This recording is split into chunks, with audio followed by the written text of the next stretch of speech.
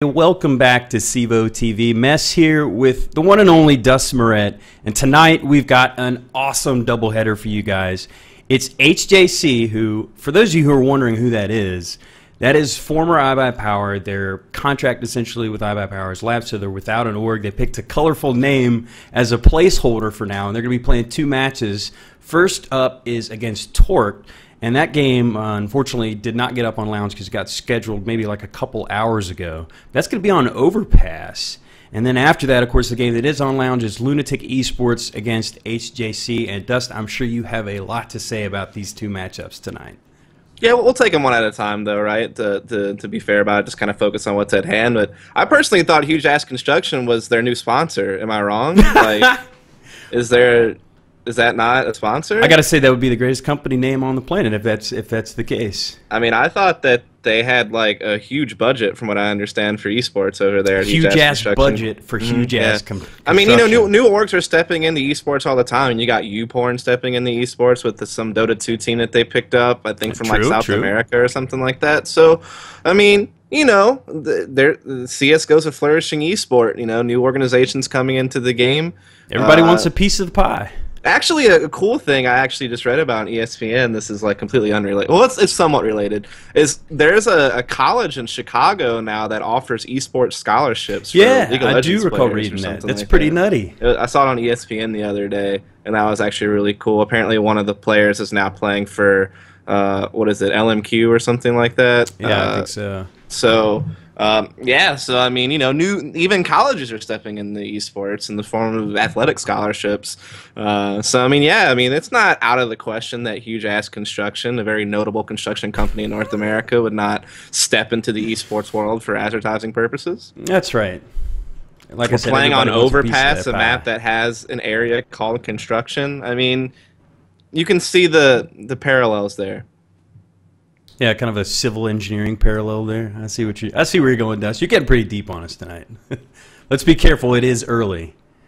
Yeah, I mean, honestly, that's just kind of funny, but actually, it probably wasn't even that funny. Probably no one laughed. But regardless, I mean, yeah, we're unsure what organization they'll be moving to. I'm sure they won't stay unsponsored for very long. They're obviously kind of regarded as, if not the best team in North America right now, which I think it's pretty safe to say they probably are, with the downfall of Cloud9 recently and the fact that we have no clue how good Cloud9 is going to be with, you know, Shazam, since we haven't really seen them play at all since they picked him up. Because, you know, they already had the free pass to Aspen. They didn't have to play through the qualifiers. So they've literally played, I think, in nothing. Like, I don't think they've played any CEVO matches yet either. I think they really had one scheduled tonight, but I think it's rescheduled. Well, nothing Lunatic was supposed Vegas. to play a doubleheader, but they couldn't do it. So, nothing's in Vegas. Yeah, he's at CES. Gotcha. Or he's going to CES in Vegas. So he's. I mean, I suppose it's possible he could play from there, but I'm sure he's not there and set up at the moment. So yeah, I seriously doubt it. So yeah, I mean, I'm sure that they're going to be on break until he gets back from that. So yeah, we haven't seen them play at all, so I have no clue how good they are, what they're going to be. So I just have to kind of base it on what I've seen lately, and what you've kind of seen lately in North American CS:GO is, and granted this is all online except for Denial, which actually had a really good LAN performance at the last ESEA LAN, but everything else we've seen is online, and I think maybe sometimes people give too much weight to online, or too much weight to, especially whenever they're best of ones. I guess Aspen was, like, you know, pretty decent with it being actually best of threes and stuff like that, to where you could pull something from it. I mean, the problem is in North America, we don't really have a whole lot of LAN attendance out of all of our teams, with the exception of like Cloud9 and iBuyPower, who have gone to Europe a fair amount. But other than that, we really don't get to see very much LAN play from North American teams. So it's almost as if like you're forced to use online play as a judgment tool because you don't have anything else to use to analyze. That's your only sample size, basically. Exactly, which is unfortunate. It doesn't really leave you with a whole lot of credibility in your argument that you're trying to make. But at least with Denial, you can kind of say that they had a really good LAN performance.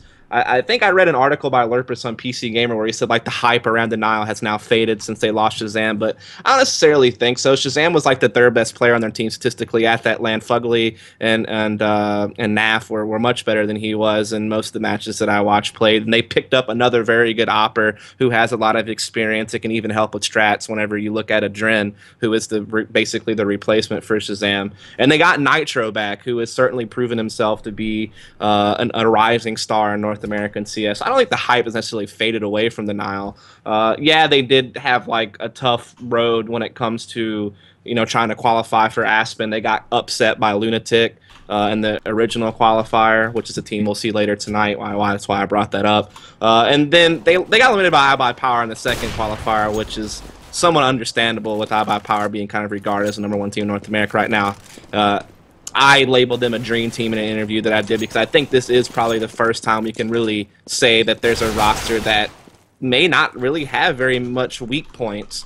As a team, they definitely might have like communication and chemistry issues, and I know some of their players have been cited as being too quiet, not giving Days enough information, not making proper calls and stuff like that, which hurts the team and being able to rotate and adjust to things. So you could say that, but when you look at this lineup, I mean, Dazed is regarded as the best in-game leader in North America, as well as being a very good fragger, which is kind of rare because usually your in-game leaders aren't really fragging. They're so preoccupied with reading the game that they don't always put up the biggest numbers. Yeah. Yeah, and there are exceptions to the rule, but yeah, generally. And Dazed is one of them.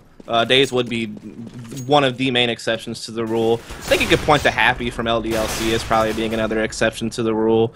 And then there's other in-game leaders who also have been able to frag a time or two. I know Nip has rotated through in-game leaders. Virtus Pro rotates through in-game leaders all the time as well. I think Snacks is kind of their current in-game leader, but Taz kind of dabbles into it. Neo has dabbled into it. So those are some other exceptions. But for North America especially, Days is kind of like the big exception of being a really good tactical in-game leader, but also being a very good fragger. So you could argue there's some other really good in-game leaders in NA. I think Sean would be one of them, m3ss maybe even to some degree, but I think Days is probably regarded as the best in-game leader. So you have the best in-game leader, and you have Hiko, who's like the overall best player for North America in the history of CSGO. Like if you look at the entire history of North American performance in the game, internationally and domestically, he and m3ss have been a part of all 4 winning teams for North American CSGO in the sense of like teams that actually had results that were good internationally. So that was first Area 51 way back in the day, back when the game first started, then Quantic after that. Then after Quantic, you look at Complexity, and then you look at, well, now Cloud9 and iBuyPower. So I guess there's been like 5 teams that have been able to get good results internationally, and Hiko's been a part of 4 of those teams. m3ss is the only other person that can say that, being a part of 4. Days was a part of 3. So you see where I'm going with that. So Hiko's like overall like kind of the best player in the history of CSGO, and also I guess like the best lurker, and he even was part of like the top 20 players of 2013 according to HLTV's like thing that they're doing. And I'm not sure if he'll be on their 2014 list anywhere or not. I know Swag has already been a part of the list, if I'm not mistaken. Yeah, he was number 19 somewhere. Yeah, it's possible. I'm not sure how many North Americans will make it on the list this year according to their rating system, but I know Swag made the list, and he's the next player I'll talk about, which is, the young gun. I think he's 18 now. Very versatile player. He's known to be kind of a lurker, so this might be problematic in the sense that some people worry that iBuyPower might have too many passive players. I mean, you have Hiko, who's been known as a lurker for his team in Complexity and Cloud9. You have Swag, who was also considered kind of a lurker role player for iBuyPower prior to Hiko coming in. But you have to understand that Hiko and Swag coexisted in Complexity for quite some time very well, I might add. They had a top 4 finish at the original DreamHack winner in 2013. They had, some other top 8 finishes, like a Katowice was a big one, and Swag was a big part of their success at that event when they placed top 8. So they've coexisted before, so I don't think it's fair to say that it won't work, that there's too many passive players, because I think that Swag's very versatile. I mean, he can be aggressive when need be. He's a very good rifler, very good clutcher, and he can also op really well on the CT side. And then AZK is just the most consistent player on that team. He's always second or third place on the team for the most part, and then Ska being the best opper in NA. And then you look over at Tort we're going to see tonight. They obviously played really well. They made it to the finals of both Aspen qualifiers, but lost in both finals, upset by Mousebaz in the first one. And then in the second one, they lost to iBuyPower, of course, which is a team that are now New Jazz Construction, which they're about to play right now. I guess they're about to knife for sides. They're kind of confused where to go to knife for sides right now. Overpass is not all that common. I mean, I guess, obviously middle, but a lot of these guys taking a long way to get there. Yeah, and this is actually going to be interesting because I've never really seen either of these teams play a whole lot of this map. I mean, iBuyPower played it at ESWC against Navi. They lost 16-13, but that was before they picked up Hiko. So as a 5, they've never really played the map in an official match. But even their core players have only played it like really once in an official match in an international setting. I don't think they might have played it online a couple of times, like last season of CEVO, maybe. Was Overpass used last season of CEVO? I wasn't here, so I don't know. I know it wasn't used in ESCA. No, I don't think it was used in CEVO. That was the big issue. No one can get practice on it in North America until now. So yeah, you haven't really seen him play a whole lot Overpass. Seen him play it once at ESWC, close game that they lost to Navi on. When it comes to Torqued, I've never seen them play it, period. I mean, I know for sure they didn't play it in the second Aspen qualifier on that run, but they may have played it in the first one, I'm not really sure. So yeah, I've never seen them play. So basically what I'm getting at is I've never seen any of these teams really play this map. I know Huge Ass Construction have been practicing it for the past few days because I've seen like them scrimming on some of the different CSGO streams and stuff like that. Like they were playing against Area 51 on Summit stream. And I've seen them like trying to dabble in the map, but I haven't seen them play it in an official match. When I look at Torqued, I haven't seen them play in an official match either. But what I can say is Huge Ass Construction is a team that has the most hype around them in North America. They're probably the best team in North America right now on paper. And Torqued, though, I mean, make it to the finals of both Aspen qualifiers. They beat m3ss in one of the recent Face It Cups. So, I mean, they're a top 3 team in NA. At least top 4. I would argue top 3. So, I mean, this should be actually a pretty solid game to watch. Yeah, and on a map that you said is kind of a wild card. We don't know quite what to expect from these two teams, particularly against each other, as it looks like Torqued is opting for B-Rush, as it looks like my radar is off right now. It's not showing up. But Monty coming into this site, he sees he goes down to 3 HP and picks up the headshot just over top of the barrel. Swag is still in the site, though, with his teammate Dazed, who's also pretty wounded. And it looked like Torqued is going to buy their time just to try to get in the site to plant, but it's down to a 2-on-1. It's just Swag. He's got D-Born out in the open and hits the headshot to bring it to a 1-on-1. And now it's up to Steel, who has the bomb in his hand and a decoy to work with, but he's down to 31 HP, and Swag, already with the 3K on the round, has the health advantage on him and the high ground. Yeah, this is going to be really tough for Steel. Oh, the headshot from Steel! So nasty to pick up the pistol round and the $300 bonus plant for himself. Yeah, I mean, that round was definitely really back and forth. I mean, you saw Hiko open up with the frag, but then Monty traded him right back into a 4-on-4. You saw Swag, like you said, picked up 3 kills there in the process to kind of always keep his team in the round, but it seemed like Torqued was always just kind of a step ahead with, you know, D-Born and Steel chiming in with their frags as well, and then it came down to that 1-versus-1 in the end. Swag actually had really great positioning, but Steel just caught a nice headshot with the Glock there, even at like a health disadvantage and I guess like a height disadvantage as well. So, of course, they're going to go ahead and buy. You see the head armor 5.7 scout buy out of Huge Ass Construction, pretty common in the second round since you can buy 4th no matter what. So we'll see if they can come up with something, but, you know, so far they have stuff for that entry pick. We got Skadoodle in a pretty good lurking position as Steel's coming into his field of view, and he drops him with that headshot. The bomb does go down, but his teammates are just behind him, ready to come in and get that bomb and pick up and plant. But it's still a man advantage for the terrorists. And down goes Mo to AZK.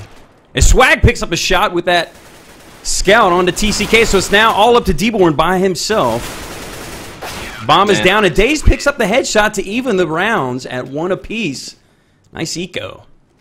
Yeah, I mean, even though the CZs are gone, and that was like obviously a really OP gun that really kind of dictated how second rounds would go if you lost first, you can still be very, very strong, especially with these Tech 9s and 5.7, still very viable pistols at $500. And then that Scout coming in, obviously still very powerful with the jumping accuracy, the movement accuracy. It's an assist master. Even if you don't get the frag, they're a really weak target for those 5.7s later. And I think the big frag that round is actually AZK catching Mo in that gap of the pit area. Mo had no clue that you could even be shot from there, I don't think. And that was like a really big kill to get them back in that retake. But now we see Torqued on the save, but look at them plowing into the site now. They're getting a couple of frags, and they may get a bomb plant here, but it looks like Dazed from the pit, able to kind of contend here. AZK and Skadoodle also chiming in, so now Steel in a 1-versus-2. Steel does find himself a FAMAS. He picks it up, and we saw him hit that amazing shot with the pistol in the first round from this very position. AZK's pretty wounded. He's down to 9 HP. If he can bring us to a 1-on-1, it's certainly doable. Though Skadoodle with the scout hits the shot, and Huge Ass takes the lead 2-1. Yeah, and this is probably going to force a double eco out of Tort. I mean, this is really the penalty that you pay for winning first round and losing second, because obviously when you win the first round, you go ahead and start buying up some guns, maybe some Galils, maybe even an AK on someone who has a lot of kills and a lot of money. Then when you lose that second round to a type of buy that you saw there from Huge Ass Construction with those 5.7s and Scouts, it forces you onto a double eco because you bought out to almost nothing in the second round and you lost. And 2-round loss bonus, you know, that's only $1,900, and with no bomb plant especially, I mean, that's tough. So yeah, that's a double save, and this really allows Huge Ass Construction to just kind of waltz themselves into a bigger lead at 3-1. And Swag opened up the round with a double there, and looks like Daze closes it, but pretty clean sweep there for Huge Ass to take it to 3-1, and now we'll see our first gun round. What do you think to expect here, Dust? I'm not really sure. I mean, I know Skadoodle likes to play over at A with that op. There's like a particular angle you can play at the truck through like that yellow window whenever you're going for passive play. But, I mean, you also may see him get aggressive in the park areas and stuff like that with the op as well. Like I said, though, other than that, I've never really seen this team play this map, so I actually don't really know how they're going to play it. This will actually be kind of cool to learn. This will be a very telling round, absolutely. Yeah. As we got Mo with an op in his hand. Of course, that's the interesting aspect about Torque. They don't have Mo over at ESCA, so he doesn't get quite as many reps. Look at this pick from Skadoodle here. This is an angle that I see a lot of oppers play on this map. People can barely see you, especially if you go over more to the left and actually play through that window, that yellow window I was telling you about. So be on the lookout for that a bit. Certainly passive play. I mean, it's such a CT-sided map. All you got to do is wait for them to come to you. And Tort, just kind of feeling them out, trying to gather some intel here. It definitely looks like a mid-push towards A. So we got the point man Steel. Not surprising, he is their big-time fragger and their leader, their IGL. Another one of those players who can surprisingly do both things quite well. Yeah, and he's been really good since he's joined this Tort team, at least online. I know he kind of struggled a bit for iBuyPower at times, but he's been really dominant for this particular lineup at Tort, though it's only been online. And a nice resmoke, because it seems Huge Ass has the intel that Torque wants to come to A, as they've already rotated and re-smoked the stairs. They're going to try to move up and make that forward plant, but they can't do it cleanly as AZK picks up the frag onto Steel.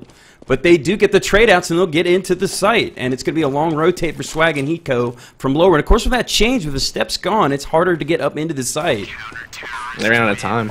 Wow! TCK could not get the bomb planted in time, and Huge Ass picks up the round win. Just a momentary lapse of reason there, I guess, for Torque.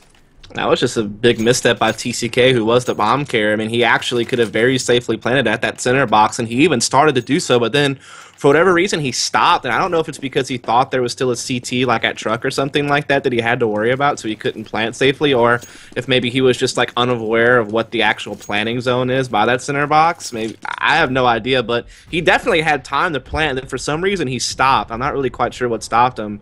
And then that is how they ran out of the clock. And even Daze was saying, like, what the hell? Like, how did you not get that plan off? It was a 2 versus 3 where Swag and Hiko have a long rotate, and they had the site.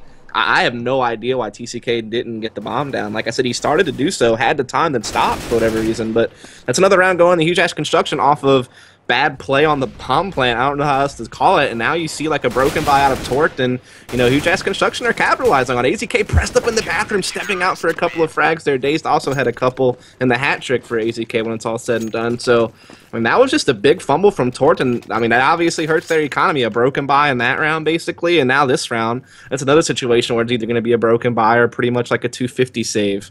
So their economy is in shambles. I mean, you figure they did back-to-back saves because they lost second round, broken by that round, a save this round. They've saved 4 out of 6 rounds. Like, it's not looking good over there for them. Yeah, certainly a rough start for them, but they still got enough rounds to turn this round if they can just keep their composure, as they are on pretty much a save here. Skadoodle playing pretty aggressive with that op up in mid, takes a shot and backs off. Looks like he legged Monty, brought him down to 17. But they're going to be pretty aggressive and come straight up mid, it looks like, as Monty the point man, of course, he's already been hit. So they're all staged up just at the back of the steps as Daze picks up that frag. And they smoke off the stairs. Of course, that forward bomb plant site is so powerful if you can actually pull it off and back off. Their smokes are bad, though.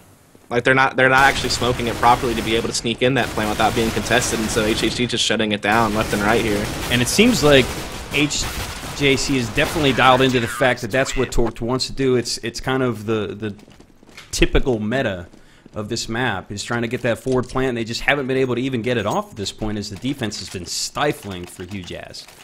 Yeah, I mean, that's really been the type of play we've seen on this, at least what I've seen personally through the Aspen qualifier, stuff like that, which, of course, at the last major, they hadn't updated this map yet, but they updated the map to get rid of the controversial boost over here at the A side. They also, like you said, extended the planting zone to where you could actually plant, like, inside of smoke and fall back into bathrooms and stuff like that to hold post-plant rather than actually having to take the entire site. It's kind of like the cat plant at Dust, basically.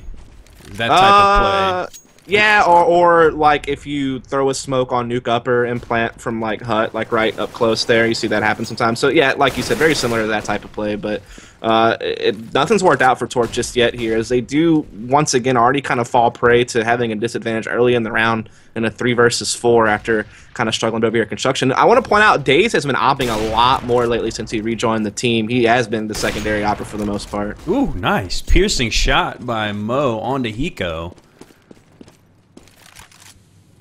It's brought to a 2-on-3. They're going to get into the B side, are Mo and Monty. You try to get this bomb planted. Monty hits the headshot, threads the needle on AZK, but Sky's close. I don't think Monty knows it. He might get shot in the back if he's not careful. The flash connects, but Dazed is there to bail out Skadoodle, and it's brought down to just Mo with the op. And that nade brings him down to 62 HP. They're going to get the intel that he's there. It's an all-op battle here. 1 versus 2. Everyone has ops. 3 ops on the board. 25 seconds to work with. Mo knows exactly where the bomb is, but oh, nice re-smoke there. He's going to creep through it. He's got no choice, really. He's trying to take his chances as Skadoodle does hit the shot, and it'll be Huge Jazz up 7-1. Yeah, this is a great flank there by Huge Ass Construction coming through the stairs into that construction area. Really kind of shut it down. Not only that, but they won the early trade battles in the very beginning of the round as they came out ahead 4 versus 3 in that initial kind of trading of frags, like right there in that construction/canal area over at the P side. So, I mean, Huge Ass Construction has been dominant really this whole game, and Torque has made a couple of mistakes. You know, obviously losing the Eco second round's bad for the economy, forces a double save. And then they had that big flop of a round where they didn't plant in time, and that was like kind of big too. But we're finally seeing them getting an entry in this round, actually getting all of them. That's finally 2. Not falling prey. Yeah, big. It's 3 actually. And Steel actually gets 1 as well, adding to the party. Mo tries to come out, try his luck, and he cannot respond to his teammates' entries. But Monty, he's able to get the trade out onto Hiko. It's brought down to just Skadoodle with that op, and he's up against 4 angry terrorists who are trying to get that second round. They're all pretty wounded, save for TCK. Oh, nice shot! Hits the wallbang onto D-Born. He's going to back off. He's down to 6 HP. Still 3 on the board. Monty extremely wounded, but the bomb is ticking, and Ska going to live to fight another day. Despite the fact that their economy is pretty good, he could have gone for this. But, you know, no reason to just throw your life away in a losing battle. Yeah, I mean, he wasn't going to win, especially with the HP that he has. Might as well save the op. Yeah, they have plenty of bank, but, you know, just a little bit more now. And I don't really know what happened there, to be honest. I mean, I know Swag got caught trying to be really aggressive in construction by Monty. That was the opening pick, and there was also some picks that took place in Torque's favor over there at the stairs. And, like, it was just kind of like by power maybe getting a little overconfident, maybe a little bit too aggressive in their peaks. And, I mean, while Torque is getting kind of crushed right now, they're not going to let you get away with, you know, early aggression like that all the time, especially if they're kind of holding back, just posted up like Monty was over there in the that pipe area by construction. So that was just basically just, I don't know, like some aggression from my power that got caught at the stairs as well as at construction, and led the Torque to actually finally getting themselves around after losing quite a few in a row. And you take a look, they're able to obviously bank up a little bit of money. And we got Monty stealing TCK. Oh, Daze hits the opening shot from the boost onto D-Born, and Swag is going to try his luck with the wall bang through the cardboard there with the plywood. And there's a nade over the top, but that opening frag again going to Huge Ass. So they're trying to take control of sewers. Heavy T presence over here. But they're smoked off. They can't make a move into the site just yet, and the rotate is pretty swift by Huge Jazz.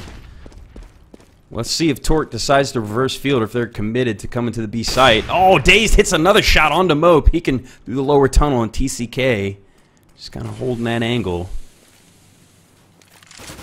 Nice defense so far by HJC. Steele is actually getting shot through the wall there. Hiko going to peek out, try his luck on TCK, and hits the spray down.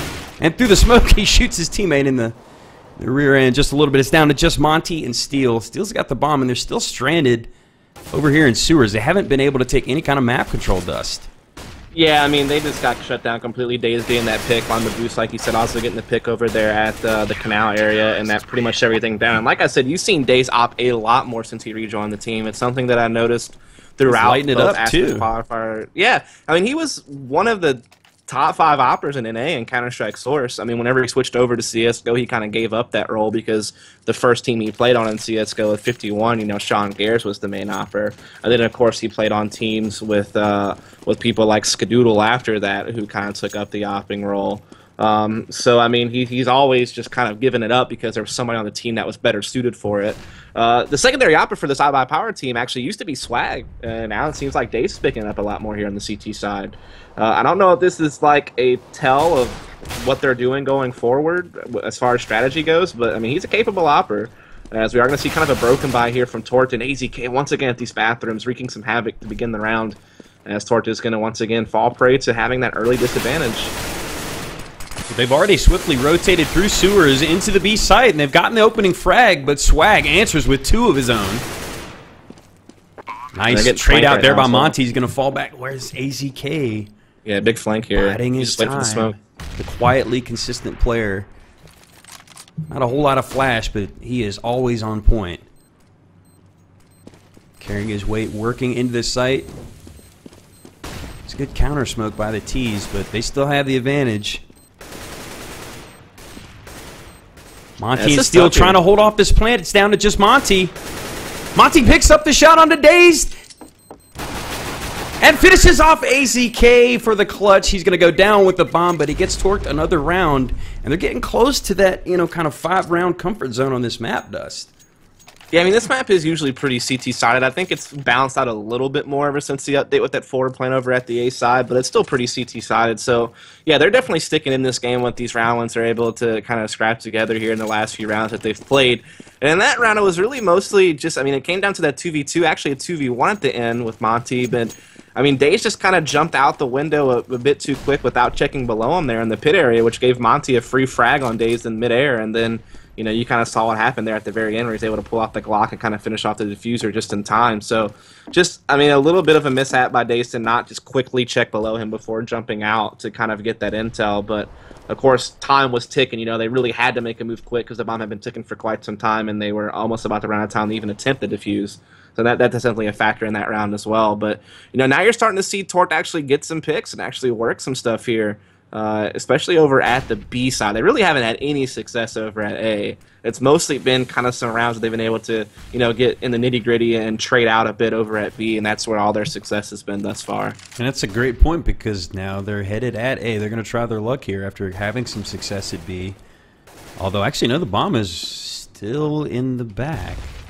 It's Maybe going to be trying to sell a fake here. Yeah, Mo at the top on point at stairs. So trying to draw some attention. Gets the shot from Skadoodle. Grabs some information and backs off on the bomb. Still on Steele's back. He's just hanging out the stairs in sewers. So giving himself some options. They're definitely going towards B, and it looks like he's going to stage up at sandbags and wait for the cavalry to show up. They're going to storm into B once again, and like you said, this is where they've had their success. They can get their entry frag. Steele down to 12 HP already. Daze picks up a frag on the TCK, and Hiko finishes off Steele. It's now up to Monty, who picked up that clutch a few rounds earlier. He goes down, and just Mo remaining on the field, immediately massacred by Dazed, and just not falling for that one that time, Dust. Yeah, I mean, they didn't really get any kind of rotation out of HJC there. I mean, I know they were trying to keep HJC honest, make sure they're not stacking over towards B, since that's where all their success has been. You know, throwing a couple of smokes and flashes definitely did keep a couple of players there for a while, but, I mean, it's still so fast to rotate from A to B for CTs that in that you know 5 or so seconds it takes you to traverse from your fake to your actual execution.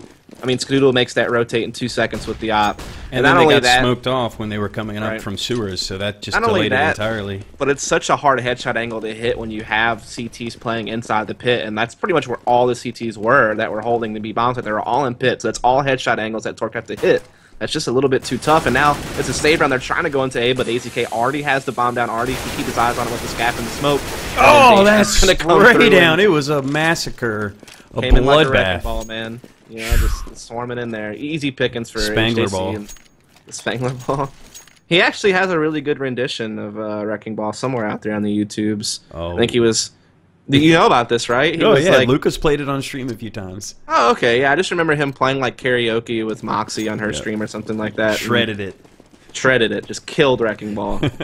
Great rendition. The torqued on the save. 14th round, and like we said, I mean, if they could pick up 2 more, they'd be pretty comfortable. But it's not looking likely, given that one of those rounds is going to be a save. They just got to hope that maybe next round is going to go a little bit better. Swag gets the opening frag, headshot onto D-Born, coming up from Canals. And look at the bomb. Steele taking the long way. He's taking a stroll through the park, Dust. Swag just killed himself somewhere, so I mean, that happened as well. I'm not sure how that happened. I didn't actually get to catch it, but...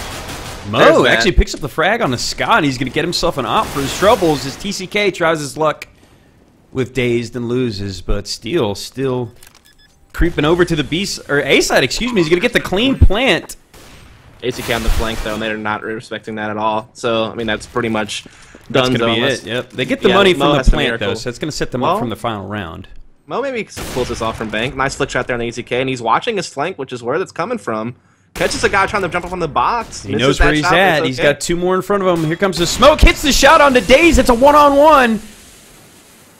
Clock is ticking. Can Mo pull off the clutch? It was a 1-on-3, and there it is. Finishes it off, and Dust, you called it correctly. Just as we were about to write this round off, Mo pulls off the impossible. Nicely done. I mean, the thing is, he had such low HP. If HJC just would have kind of attacked him together, like AZK knew that he was inside the bank. You saw AZK kind of pre-peeking that and jiggle peeking the bank, like he knew Mo was there. Or at least it seemed that way based on the way he was, you know, peeking that area so heavily and not really checking anything else. It almost seemed like he knew Mo was there, so if he just would have kind of waited for some of his teammates to actually start flanking Mo, they really could have just, you know, it was a 3 versus 1 against an opper. You always win that if you push them together. So that was just maybe kind of them figuring, oh, Mo has really low HP, he'll be an easy frag, and, well, you gave him 3 1 versus 1s, and he's got an op, which is a one-hit kill weapon for him. So...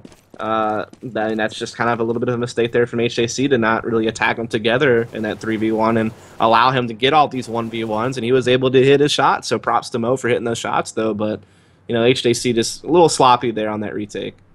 Yeah, but that's going to open the door for them. I mean, I just got done saying that, you know, they needed to get 2 more.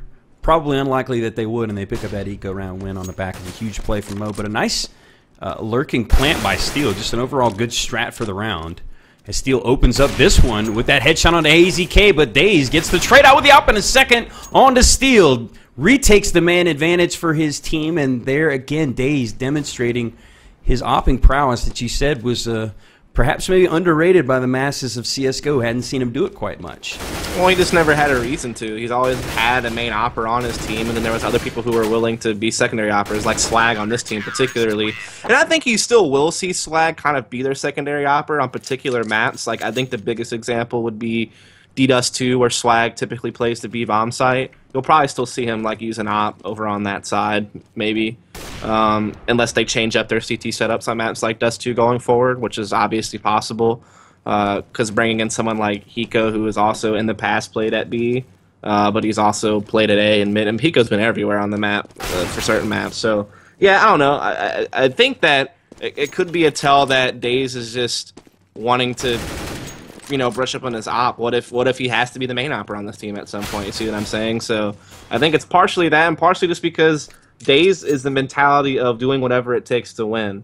No, and it's so powerful on this map. I mean, he's really the main North American player who has put aside drama to win, which obviously, because you hear in the NA a lot, oh, I don't want to play with this particular player, so I'm never going to join that team, even if that would be like a really superstar team, right? But, I mean, Daze got booted from this team just a couple of months ago and came back because he thought it was his best chance to win. He put drama aside. He's really one of the only players to put aside beef with other players to really just focus on giving himself the best chance to win. Yep. And it comes to this whole situation with the op. If he feels that him opping is the better chance for his team to be successful, then he's going to do it. So, I mean, that's just Daze's mentality, man. Changing things up when he feels it's the best opportunity to win. We start off the second half, obviously an extremely important round for Tort. They won't have any hopes of getting back into this game. They've got a couple of HEs to work with and 2 smokes as they try to hold off huge-ass construction.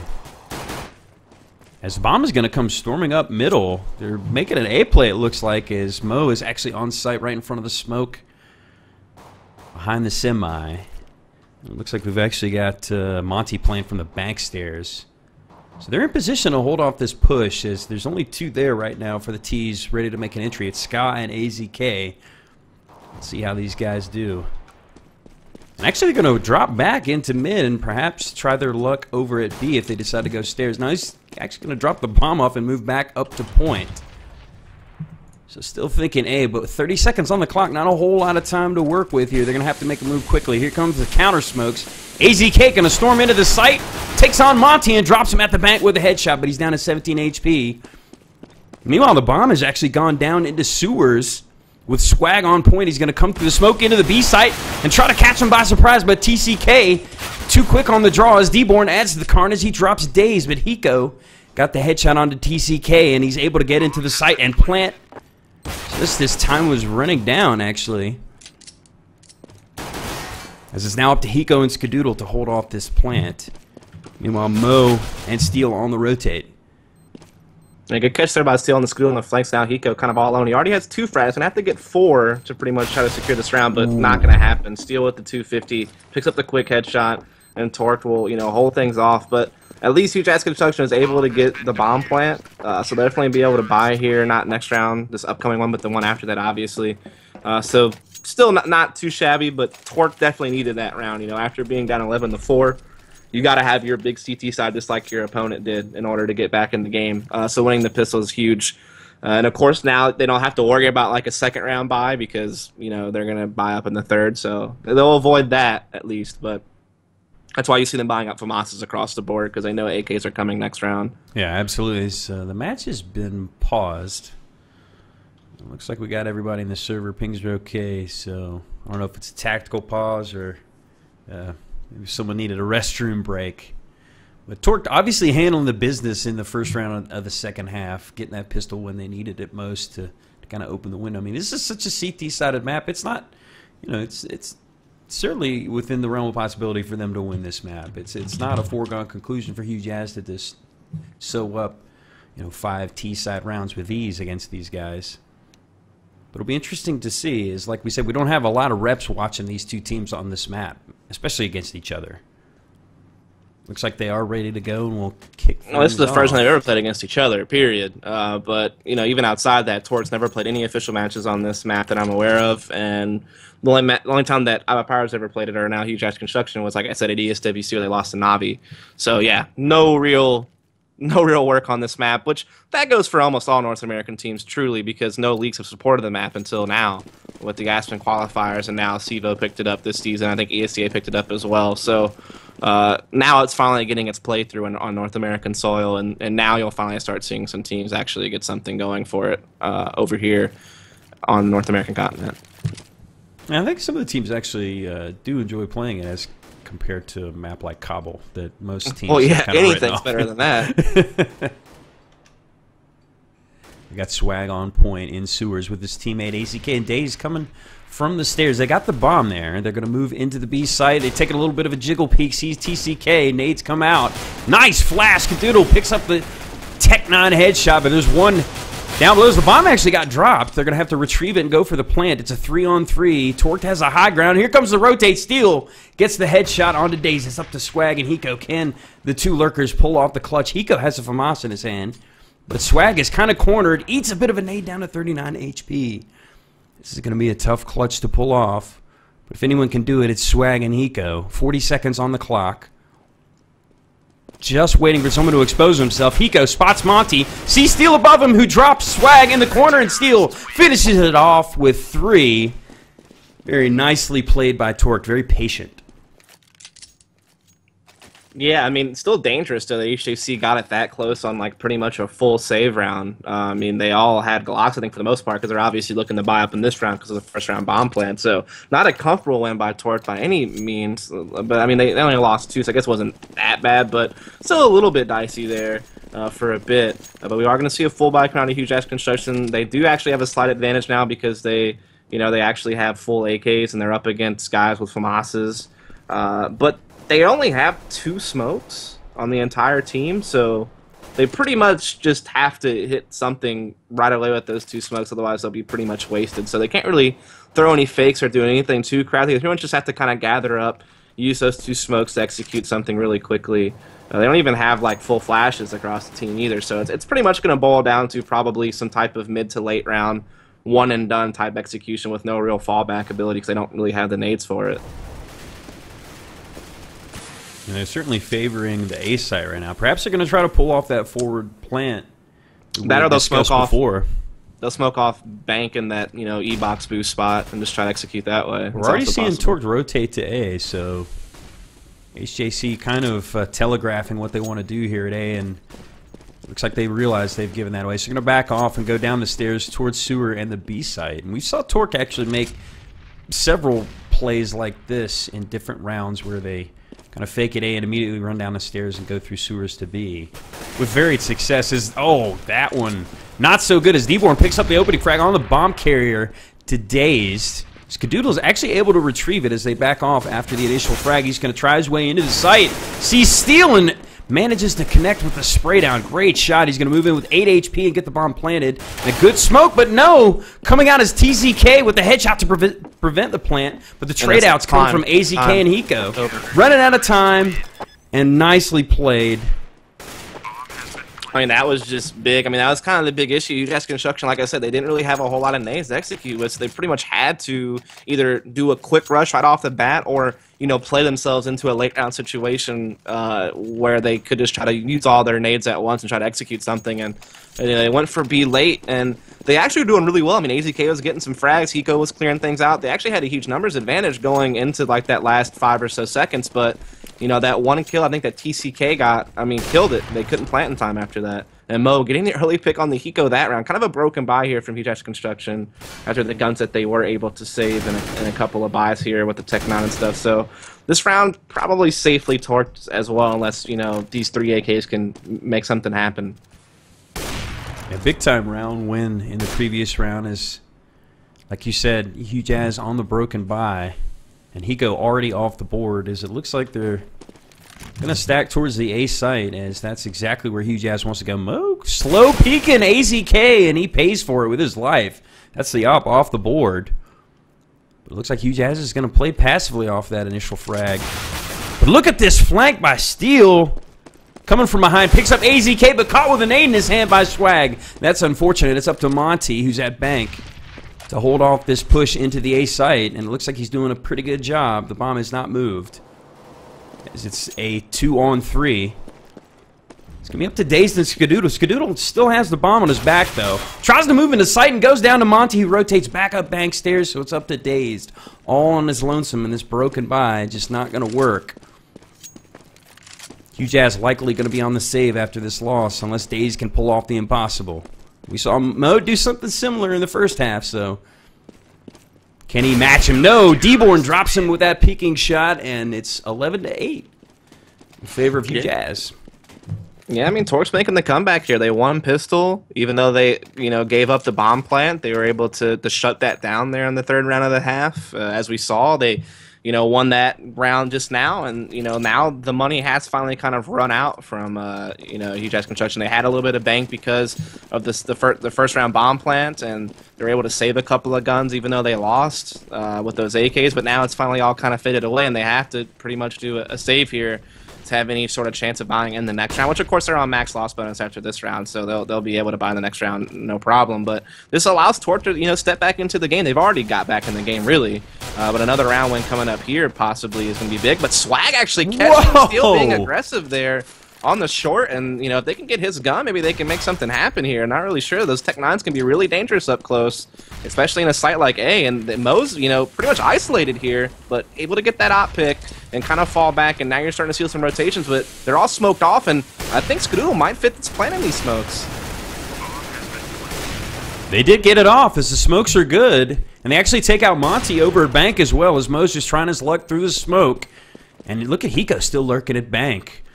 He's in position to take down Mo if he decides to peek. Oh, no, Mo spots him as D-Born's going to flank. Hiko has it. No, he's going to get caught with a nade in his hand, and down he goes. It's up to Swag and Sky to hold off this point. But look at the boost. Look at the boost. Swag gets one headshot on a TCK. Oh, it goes down to Mo, though, so now up to... It looks like Skadoodle will go down, and I think they got it. Just barely. D-Born gets the defuse. The boost doesn't quite pay off, and Torque picks up the round win. Yeah, Mo came up really big there that round. You know, getting the initial kills to hold off the push after Swag got that entry on the steal. And you started seeing them kind of collapse into the site. Mo was able to get the opening pick there, kind of hold his composure while his team made the rotations.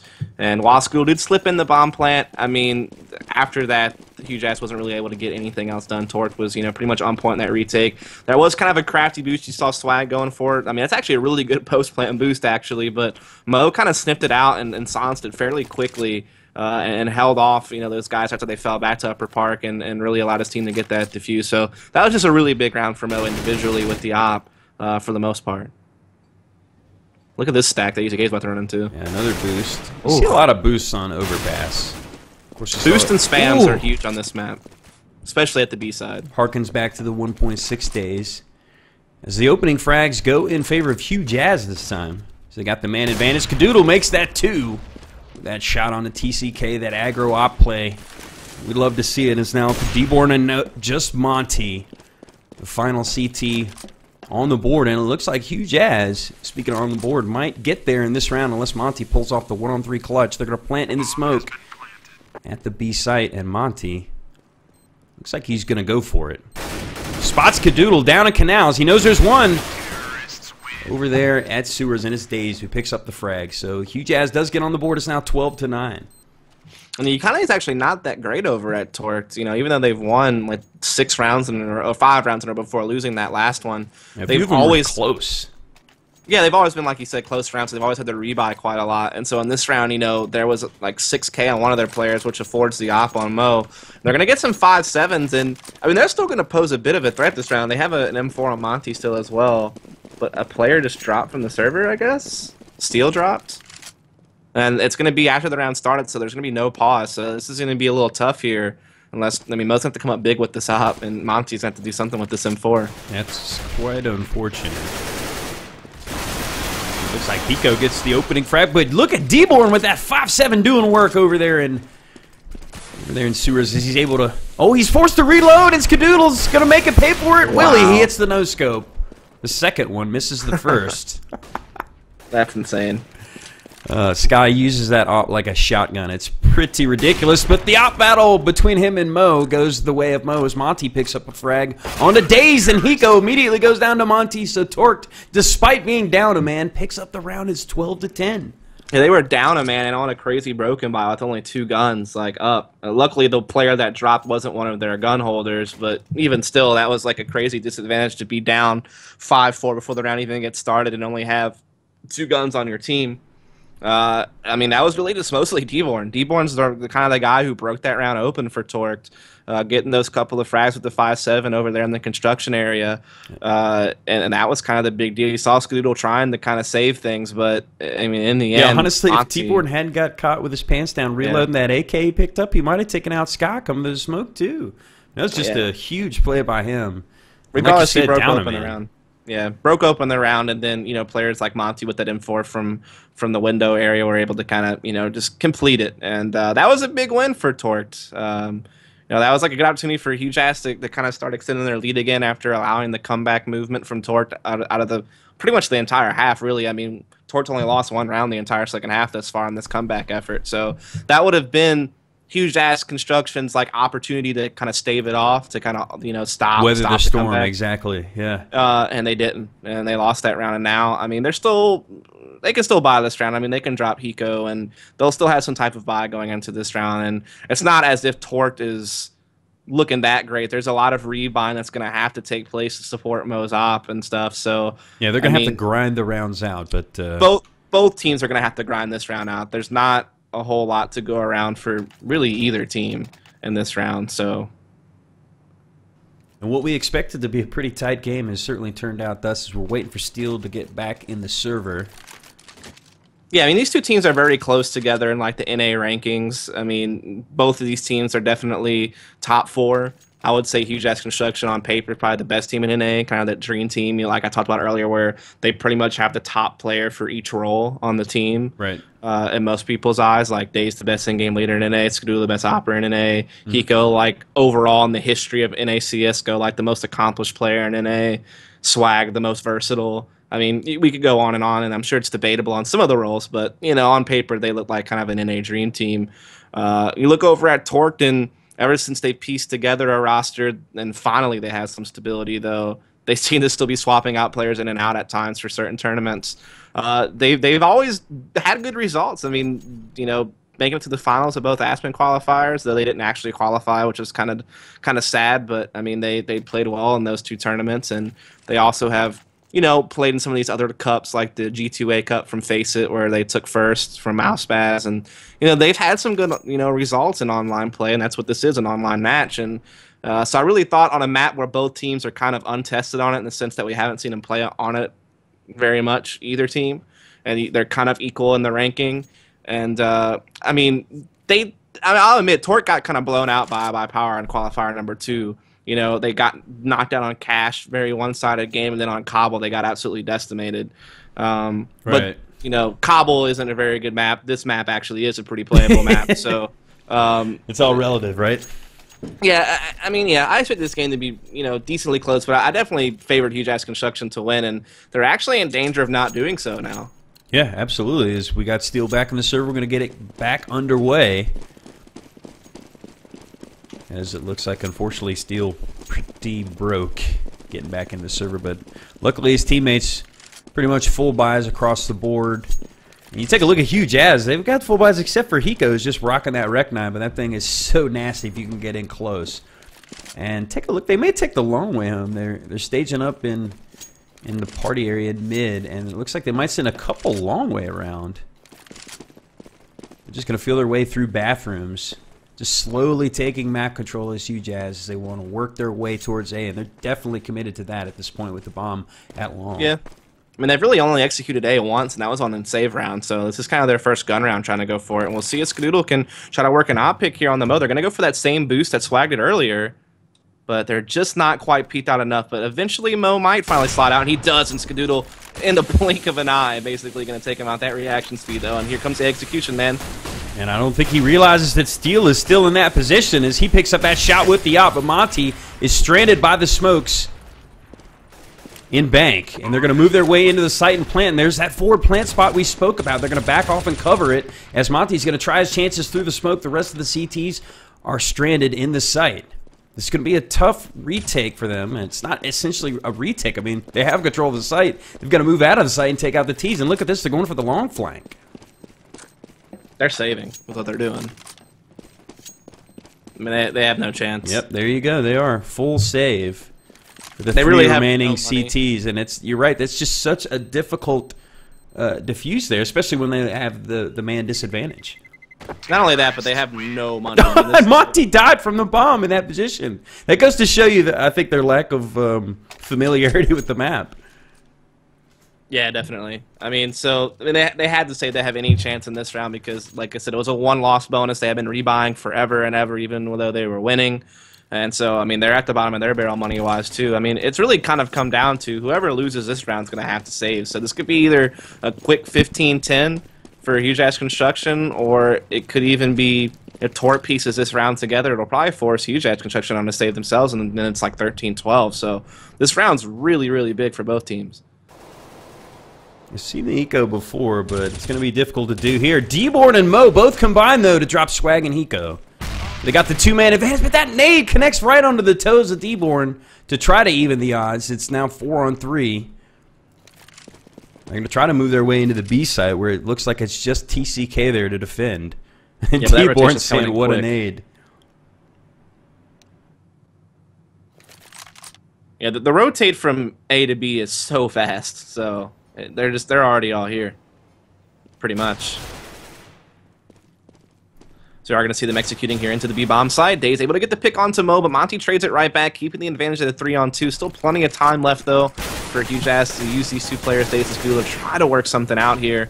as we are going to see them working in the bomb down in the side. Daze actually has stepped in. Skadoodle still posted up with the op here. Catches one at the pit, saving Daze in the bomb plant process and forcing now the 2-on-2, but Steel on the flank from Canal. Going to catch Skadoodle and Daze and get the defuse, no problem. And like I said, I mean, whoever lost this round probably going to have to save, and it looks like, you know, with a 1 loss here from HJC, and though they got the bomb plant, it's still only...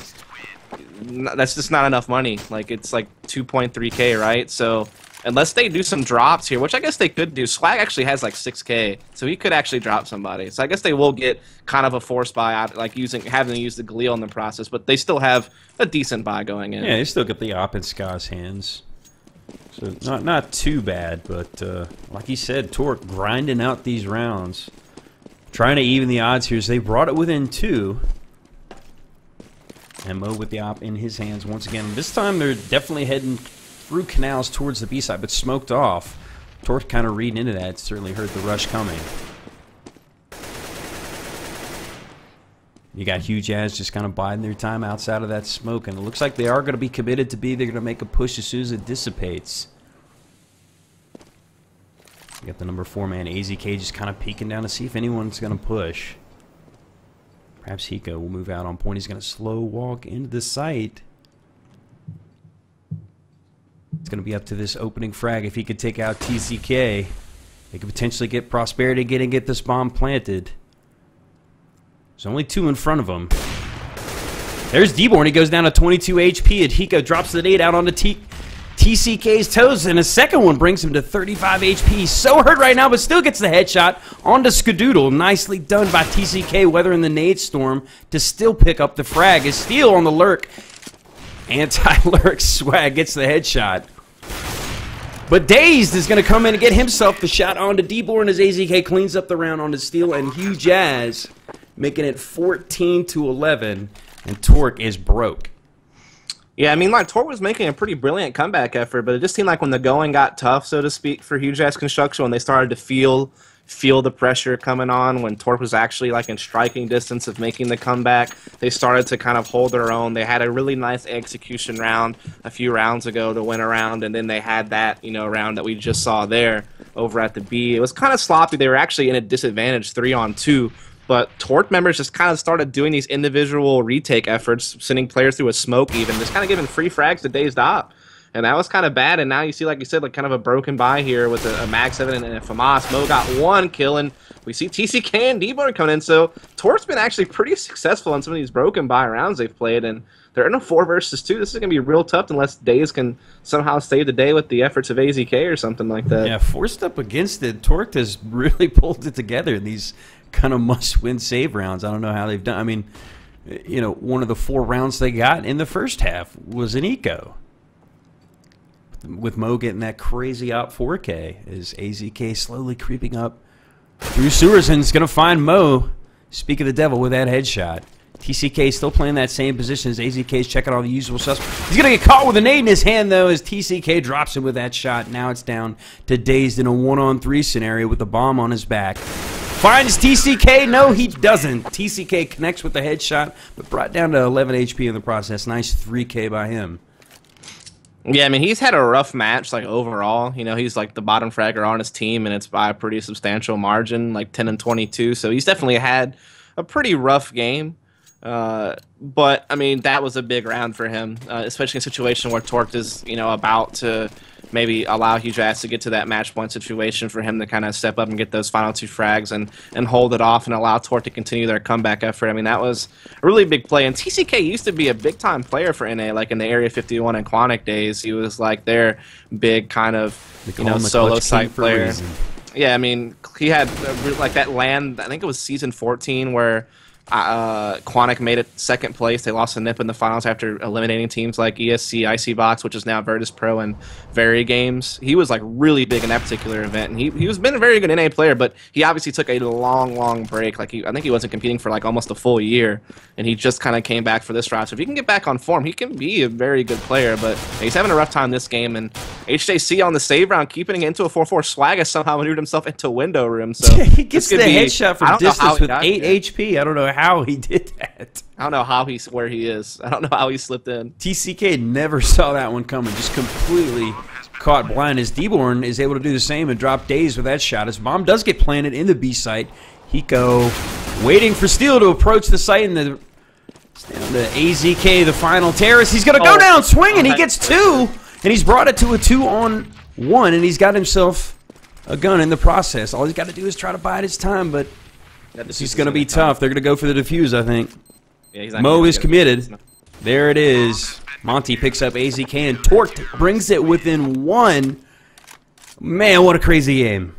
I have to say, though, none of Torque wins have been very comfortable. Like, they're always real close. They're grimy. They always have to, yeah, they have to rebuy quite a lot. But they do find a way to win is the point. And, you know, Huge Ass has, up until this point, always found a way to stay, like, a little bit ahead. Even when Torque went on that 5-round winning streak at the beginning of the second half, they were able, once like Torque was in striking distance, they were able to kind of, you know, keep holding them off just ever so slightly. And now we're going to see who's going to break first. Is it Torque finally going to get themselves a comfortable victory and actually progress in this game, or is Huge Ass going to continue to kind of hold them back and get a solid victory of their own? So far, Mo able to get the opening pick there onto Swag. And so that's a little bit of a tough start here for HJC. Still catching AZK, kind of looking the other way over at Stairs. And this is a really great start here for Torque to tie this game up at 14-all. And textbook opening by them. I mean, Mo. Yeah, I mean, this could easily be overtime at this point, man. Like, as back and forth as it's been in the second half, late on. Such a gritty game. We really enjoyed it so far. Skadoodle, if he's not careful, might get caught by Steel, who's slowly creeping up behind him. He's checking long. He's going to move in. And Skadoodle is still watching in middle, and Steel is still creeping up. Oh, he just missed him as Skadoodle makes it down the stairs.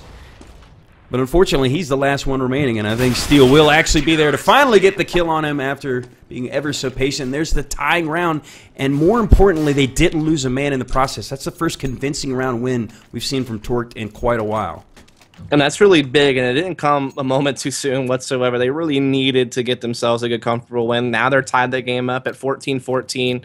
And they actually have a chance now to either win this thing or, you know, at least kind of press it into possibly an overtime situation. So we'll just have to see what happens, man.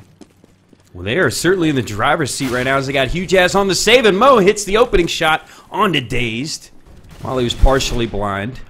And there's a second from Mo, adding to the carnage as he drops Skadoodle. It's up to Swag, Hiko, and AZK as they're rushing into the A site to try to get themselves a free plant. They potentially can, but no, there's Steel on the lurk. He drops 2, including the bomb carry. It's all up to AZK up against 5 angry CTs who haven't taken a stitch of damage. And I jinxed it as Mo gets a little bit there as D-Born finishes off AZK. And at this point, it's all Torqued. I mean, broken by for Huge Ass. Yeah, I mean, their economy hasn't been great lately. I mean, neither team's economy has really been stable. Actually, they're good to full buy. Well, they're good to full buy this round. I meant in that last round, they obviously weren't good really economically. And both teams have kind of struggled with economic stability throughout this entire half, really, just because the rounds have come so close. It's forced a lot of rebuys. When you get your first loss bonus, that means you can't buy. So it's been tough. And, man, Mo with this off has just been on point this entire half. Lethal with those opening frags. He's peaked Skadoodle. I think that's 2 rounds in a row. There's that shot there, the headshot to add insult to injury. 15-14. And this could easily be a win now for Torque. I mean, they have the early advantage list. Monty has an auto sniper, not fun to play against that, but Daze is going to catch Steel being a little bit aggressive there over at the short A. And look how open the A side is. Oh, Mo adds another one. That's Swag in the same spot where he caught Skadoodle. It's a bit of a mistake there. Re-peeking Mo, who was ever so patient playing there. AZK realizes Monty with that auto is the only one in this site, and they're going to flank him and take him down. But D-Born quickly from lower is able to pick up AZK. It's down to just Hiko. It's a 1-on-3, and Torque could win this game unless Hiko can clutch it to force overtime. He'd have to be a huge hero here in this 1-versus-3. He's definitely done it a time or two in this day for Cloud9, especially, like, you know, look at the Dignitas and Titan games at Cologne. He was like a huge hero there, but he's definitely going to have to go hero Hiko mode yet again to win this round. I don't think it's going to pan out. Not where the way the bomb's down at. I mean, he's running out of time as well. He smokes off the bank, blocking off TCK. TCK slips to the right-hand side. Hiko firing some shots at him here, but TCK just killing so much clock right now. Nade coming in, taking a little damage on Hiko, negligible, but just holding him off, delaying him, only giving him 10 seconds. Now, there's no way he's going to win this round, unless he just happens to get all these kills, but they're not going to keep feeding it to him. They know he doesn't have the time. Now he can't plan at all. He's just going to try to run in for a hero frag. Does grab one, but of course, Mo. And there it is. Mo runs away, and Tort wins the match 16-14. An unbelievable comeback. Well, I don't know. Would you even call it a comeback, getting your 4 rounds in the first half? Is that comfortable, or do you think this was definitely a comeback scenario? I mean, I think this map, I don't know if I would say it's as CT-sided as Nuke, but it's pretty damn close. So, I mean, you expect either team to be able to pull out double digits on CT side of this map, regardless of what situation you're in. I think sometimes people give too much credit to like what side you get to start on, because the bottom line is when you're starting on T side first on a map like this or a map like Nuke, you realize it's hard. Yeah. So you realize you're going to struggle to You know what you're up against, and you kind of mentally prepare yourself. So as long as you can keep yourself in the game, so to speak, by getting like an appropriate number of rounds to where you still have a shot at coming in the second half. Like obviously if you only win like 1 or 2 rounds, it doesn't matter how good your CT side is, you're gonna have to, you know, pull off 14, 15 rounds in a row to win the game. And that's just kind of like way too tall of a task for most teams. But like you said, if you can put yourself in striking distance, you know, when you're 4 or 5 rounds on T side, all you have to do is come back in the second half and just play a good CT side for the map, which is, you know, like for this map, 10 rounds on CT side, easily manageable to get in most situations. Then the fact that they won pistol round in the second, and then they wound up winning the first 5 rounds in a row, so they avoided those economic woes that they kind of walked into in the first half, where they had the double up a save. Head of steam, some confidence, and then exactly. I think it really helped them in the later rounds where they really did have to grind it out, where they kind of it wasn't a foregone conclusion. It was broken buys or even full-on ecos that they pulled out these round wins when they needed them most, and doing the unthinkable. 16-14 win for Torqued over HJC, handing them their first loss of the season. And Torqued, I think, is still undefeated. Yeah, they won against Rhythm and one other team. I think WentOut.net. So they won against WentOut.net and Rhythm, and so they just won this game. So they're now 3-0, but I guess they're technically 4-0 because of a forfeit win. And that was actually iBuyPower's first actual match play. They had a forfeit win, but that was their first actual match play. Then they did lose. And I wouldn't be too worried, though, if like you're a HJC fan, you know they're about to get a big sponsor, and you know they're about to go to Aspen, you know that they're representing NA internationally. I wouldn't be horribly concerned about that loss. I mean, Torqued is in itself a very good team domestically. They've done very, very well in all the online stuff they played on thus far. This was an online game in itself. So I wouldn't be too surprised, especially with it being the map overpass. Kind of familiar. I mean, you know, Steele has intimate knowledge of all these players, so it's not surprising that he could kind of read them a little bit better than maybe some of the other opponents they might face. That, and I mean, this is a map that neither team has a hell of a lot of experience on, so it's not as if it's a recipe for a wild card. It really was. It was like a game where both teams are pretty close in ranking. I mean, I would give HJC a slight edge against Torqued, but like I said, Torqued's online results lately have been very good. I know HJC also had a slight head-to-head advantage after that win at Aspen, but this is a completely different map than what they played on at the Aspen qualifiers. This is a completely new map for both teams. Really, it's a new map for pretty much all North American teams because it wasn't really used until maybe some of these RGN tournaments and the Aspen qualifiers, and now we're finally seeing it played in regular season play in some of the North American leagues like CEVO and then ESEA. So, yeah, I mean, I think it could have really gone either way. I definitely thought HJC was going to still somehow win, especially whenever they were able to start out on the CT side. And I thought, I mean, getting 11 rounds isn't like a stellar CT side, but it's still a very good CT side to win 11 rounds. Yeah, I mean, you feel comfortable. Yeah. I would think. At one point they were up, I think, 14-11 or something like that. So they were very much in a good position to win. But, you know, those last few rounds, I mean, well, the last 4 rounds that we saw played, you finally saw Torqued getting like some comfortable wins, finally getting a stable economy, finally, and like you said, none too soon when they really needed those. They hadn't had them the entire game, and then there you go. When they needed them most, the last couple rounds, they won them convincingly. So yeah, I mean that was a really cool game to watch for sure. And I think, you know, if it would have been any other map, I think it would have been maybe just as close. I mean, I think these teams, like I said, aren't as far apart as you might think. I mean, I know HJC kind of has this all-star lineup and this kind of dream team lineup, but I mean, at the same token, like they're pretty close, and it was a wild card map, like you said. But I think we are going to take like just a very small break because we actually have HJC playing another game against Lunatic